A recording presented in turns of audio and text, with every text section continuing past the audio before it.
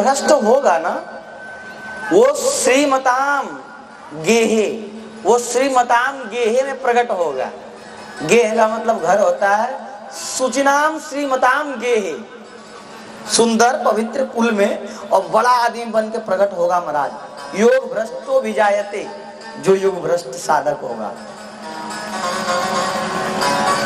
अगर जन्म भी मिलेगा, मान लो इस जन्म में आपने भक्ति प्रारंभ कर दी और आपकी भक्ति पूरी नहीं हुई, अगला जन्म मिलेगा ना तो आप अमीर के घर में पैदा हो जाओगे।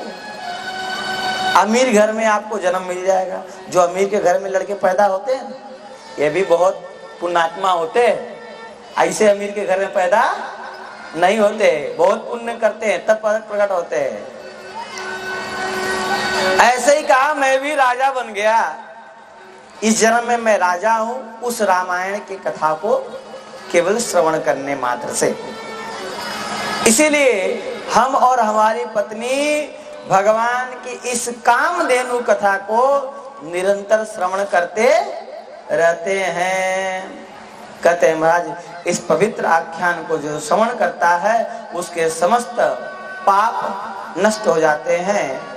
और जो ब्राह्मण वक्ता बनना चाहता है उसको तो यह श्रवण करना ही चाहिए, और जो वैश्य धनवान बनना चाहता है उसे भी श्रवण करना चाहिए। जो और अन्य भी कुलों में जो प्रकट हैं उनके भी सारी मनोकामनाएं पूरी होगी। लिखा है ये रामायण जो है ना 3 महीना में विशेष सुनना चाहिए। कौन सा 3 महीना है?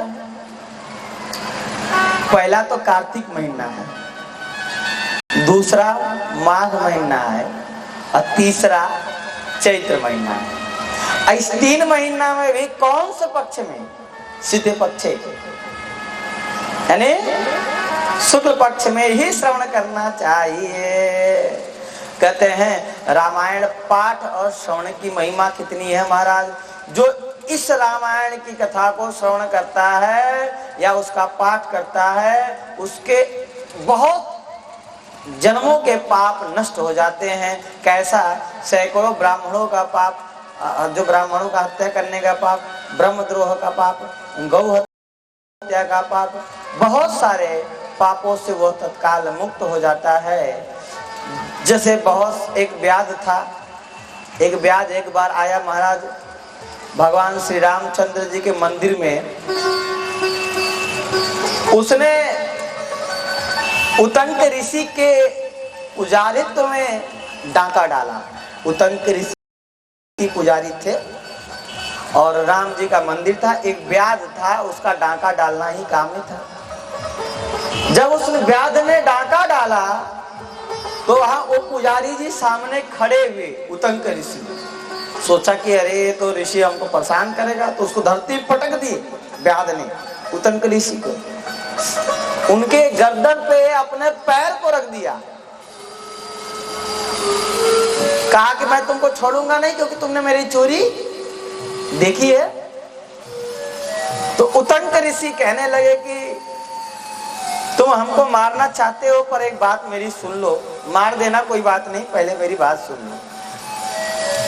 ओ भले मानुष, मैंने तुम्हारा क्या बिगाड़ा है?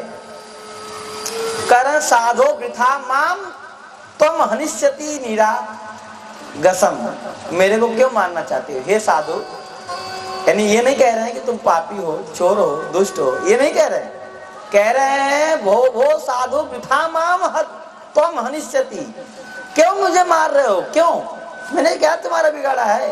अरे लुब्धक, तुम जिस हिंसा को करते हो ना, ये हिंसा अच्छा नहीं है। हम तो साधु हैं और साधु का काम है शांत चित्त होना, क्षमाशील होना, परोपकारी होना। हमने तो किसी का कुछ नहीं बिगाड़ा है। दूसरों के हित के साधन में मैं हमेशा लगा रहता हूँ। जैसे चंदन वृक्ष अपने को काटने पर भी कुठार के धार को सुवासित कर देता है, वैसे ही साधु को कोई आता है ना झगड़ा करने, उस झगड़ा करने वाले को भी सुवासित कर देता है, उसको भी भगवान का नाम सुना देता है। ए राम राम करो। झगड़ा में भी कहते हैं भाई काहे मार रहे हो, राम राम करो, काहे लड़ रहे हो हमसे, काहे लड़ रहे हो, राम राम कर लो। साधु कैसा होता है। मेरे दादा गुरुजी, मैं उनका स्मरण इसलिए कर रहा हूँ क्योंकि उनसे बढ़िया हमको उदाहरण मिलता ही नहीं। उनका शरीर पूरा हो गया। भक्तमाली श्री गणेश दास जी महाराज कभी अपने लिए आश्रम नहीं बनाया उन्होंने। सुदामा कोटी जो कि उनके मित्र सुदामा दास जी महाराज का आश्रम है वृंदावन में, वहां ही वो रहे, सेवा किए, जीवन भर सेवा की, कभी धन इकट्ठा भी नहीं किए। एक बार अपने गुरुजी के आश्रम हनुमानगढ़ी के चेले थे, हनुमानगढ़ी का एक आश्रम था, उस पे किसी ने कब्जा कर लिया था। उसको कोर्ट में लड़ाई चल रही थी, तो अपने लिए भी भोजन बना के लाया। जो कोर्ट में आए, जो उनसे प्रतिद्वंदी था, उसके लिए भी भोजन बना के लाया। अब भोजन आए, भैया आओ, कोई बात नहीं, कोर्ट में जो होगा सो होगा, आओ आओ भोजन करो, आओ बैठो आओ। तो उसने एक दिन पूछा, बाबा जी आपका तो मैं प्रतिद्वंदी हूँ, आपको तो नाराज होना चाहिए। कहा नहीं, वो वहाँ लड़ाई अलग है, यहाँ हमारा तुमसे कोई भय नहीं है, हम साधु हैं। अरे हम तो जीव मात्र को प्रेम करते हैं, तुम भी तो हमारे ही हो। कहते हैं कि कोर्ट में भी नहीं जाना पड़ा, कुछ दिन के ही ये व्यवहार उसके साथ हुआ, उसने व्यवहार मात्र से वो आश्रम आसानी से छोड़ दिया। कोर्ट में जाकर कहा कि मेरे को कोई इससे विरोध नहीं है, मैं बाबा जी को ये आश्रम दे रहा हूँ। गुरु जी का आश्रम हनुमानगढ़ी के नाम पे लिखा के गुरु जी को सौंप कर कभी महंत नहीं बने, हमेशा वो पुजारी और संरक्षक बन के रहे। ऐसे तो साधु कैसा होता है, अपने विरोधी का भी विरोध न करे। शांतम निर्वैरम मुनिम शांतम, निर्वैर हो, किसी से बैर नहीं करे, शांत चित्त वाला हो, कभी किसी से अशांति फैलाने वाली बात न करे। देखो शांतम का मतलब है अपने धर्म पे हुए अत्याचार के खिलाफ लड़ना, शांति को कायम करने के लिए लड़ना, ये भी शांति है।